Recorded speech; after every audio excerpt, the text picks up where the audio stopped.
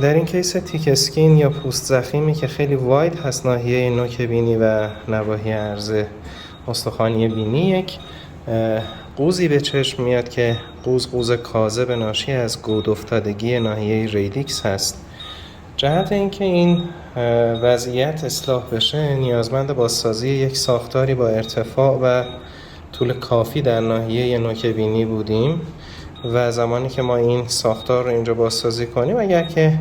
قوزبرداری انجام میشد از این بینی، هم این ناحیه استخوانی خیلی به طور غیر متناسبی پایین میرفت و این قسمت استخوانی خیلی باریکتر از آنچه که میبایست میشد و هم این که قوس خیلی زیادی پشت بینی ایجاد میکرد با توجه به نوک ریکانستراکت شده و بازسازی شده بینی. ضمن اینکه قسمت تحتانی بینی هم برای اینکه بشه از حالت گنبدی شکل درش آورد و نوکی براش ایجاد کرد نیازمند اصلاح در این ناحیه بود. در این عمل جراحی ما بیشتر تمرکز رو بر اصلاح گود افتادگی ناحیه ریدیکس گذاشتیم. نوک بینی رو به وسیله پیوند غضروفی مستحکمی از جنس تیغه میانی بینی خود بیمار اصلاح کردیم در ارتفاع کافی و مناسب برای اینکه شکل بده به ناحیه پوست و در نهایت قسمت‌های بالا پایین بینی با همدیگه متناسب تر بشن. در عین حفظ ظاهر نچرال بینی، عرض قسمت استخوانی بینی تا حدودی کاسته شده که فقط یک کانتور ظریف به بینی بده، کماکان حالت نچرالی داره. پشت بینی ما با یک قوس خیلی ظریف و ملایم توی این کیس مواجهیم. در نمای سرخ همونطور که ملاحظه میشه، علیرغم اینکه قوز پشت بینی کاملا اصلاح شده، ولی بیشتر اصلاح این قوز به واسطه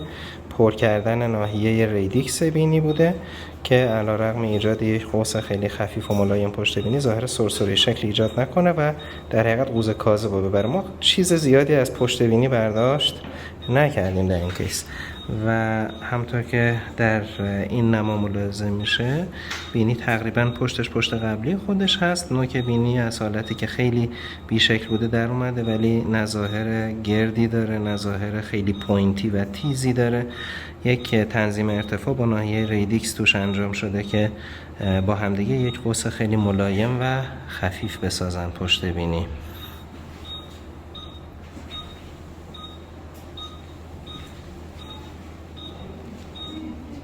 ظاهر دوم شیپ یا گنبدی شکل بینی از نمای تحتانی هم